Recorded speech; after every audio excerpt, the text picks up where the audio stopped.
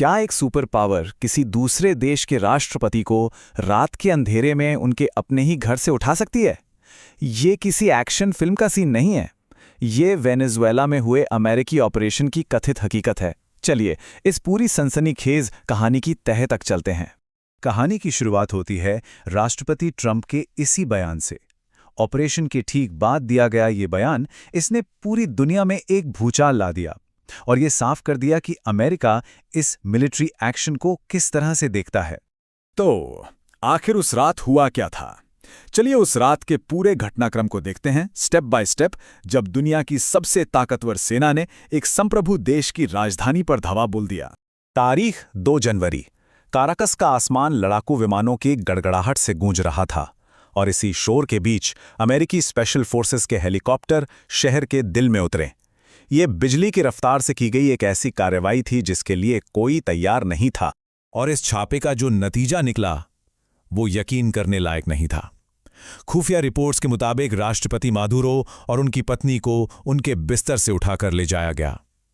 खबरें तो यहां तक आईं कि राष्ट्रपति ट्रंप खुद व्हाइट हाउस के सिचुएशन रूम से इस पूरे ऑपरेशन को लाइव देख रहे थे। ये कोई आम मिलिट्री ऑपरेशन नहीं था। इसे अंजाम दिया था अमेरिका की सबसे घातक और खुफिया यूनिट डेल्टा फोर्स ने।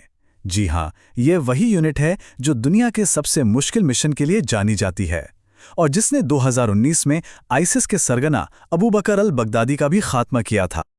लेकिन सबसे बड़ा सवाल, आखिर अमेरिका ने इतना बड़ा कदम उठाया ही क्यों? चलिए अब क्या हुआ से आगे बढ़कर क्यों हुआ को समझते हैं।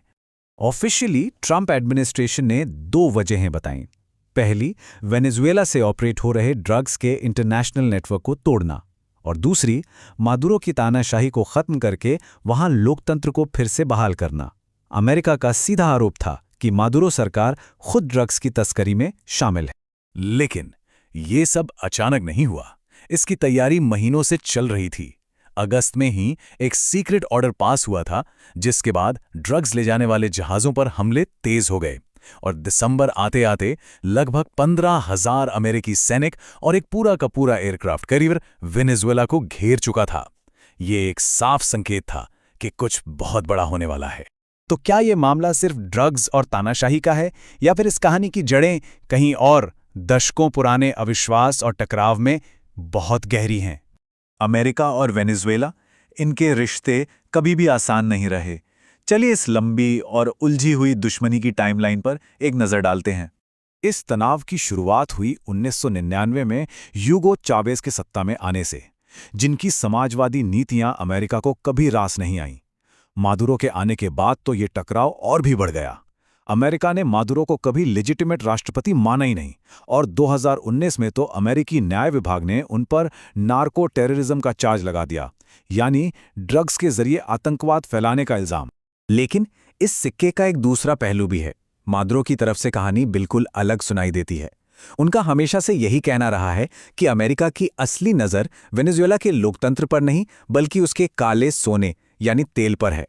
तो क्या मादुरो के दावों में दम है? क्या इस पूरे जियोपॉलिटिकल गेम का सेंटर पॉइंट वाकई तेल है? चलिए जरा आंकड़ों को देखते हैं। 303 अरब बैरल। ये आंकड़ा जरा ध्यान से सुनिए। ये वेनेजुएला का प्रमाणित कच्चा तेल का भंडार है। आपको अंदाजा देने के लिए बता दूं, ये सऊदी अरब से भी ज्यादा है। सीधे शब्दों में वेनेजुएला के पास दुनिया का सबसे बड़ा तेल का भंडार है, और यही चीज उसे ग्लोबल पॉलिटिक्स की शतरंज पर एक बहुत जरूरी मोहरा बना देती है। और इस तेल का सबसे बड़ा खरीदार कौन है? वो है चीन। वेनेजुएला का लगभग 70 से 90% तेल सीधे चीन जाता है। ये सिर्फ बिजनेस के आंकड़े नहीं हैं, ये जियोपॉलिटिक्स है। अमेरिका के लिए अपने ही पड़ोस में चीन का इतना बड़ा आर्थिक दबदबा एक बहुत बड़ी स्ट्रेटेजिक चुनौती है। और मामला सिर्फ तेल का नहीं है। वेनेजुएला पर कंट्रोल का मतलब है लैटिन अमेरिका में चीन और रूस के बढ़ते प्रभाव पर लगाम लगाना, और साथ ही वेनेजुएला के आर्थिक संकट की वजह से जो लाखों शरणार्थी अमेरिका की सीमा पर पहुंच रहे हैं, उस समस्या को भी जड़ से खत्म करना। इस ऑपरेशन का असर सिर्फ अमेरिका या वेनेजुएला तक सीमित नहीं रहने वाला। इसका असर पूरी दुनिया के पावर बैलेंस और इकोनॉमी पर पड़ेगा। जाहिर है रूस और चीन जैसे देशों ने इस कार्रवाई की कड़ी निंदा की है, लेकिन एक्सपर्ट्स का मानना है कि वो शायद ही सीधे तौर पर इसमें दखल देंगे, क्योंकि रूस का ध्यान यूक्रेन पर है और चीन का ताइवान पर। वहीं वेनेजुएला के पड़ोसी देश कोलंबिया ने संयुक्त राष्ट्र से इस मामले की जांच की मांग की है।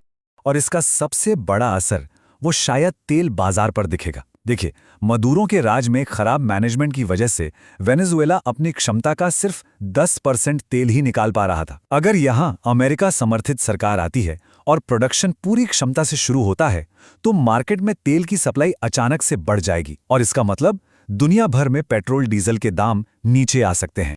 तो हमने देखा कि कैसे एक रात के अंधेरे में किए गए छापे के पीछे ड्रग्स, लोकतंत्र, दशकों पुरानी दुश्मनी और सबसे बढ़कर तेल और ग्लोबल पावर का एक बहुत ही पेचीदा खेल छिपा है। आखिर में सवाल यही रह जाता है कि क्या यह ऑपरेशन वाकई वेनेजुएला के लोगों के लिए आज़ादी की एक नई सुबह लाएगा, या फिर ये देश बड़ी ताकतों की शतरंज में एक और मोहरा बनकर रह जाएगा। इसका फैसला शायद वक्त ही करे।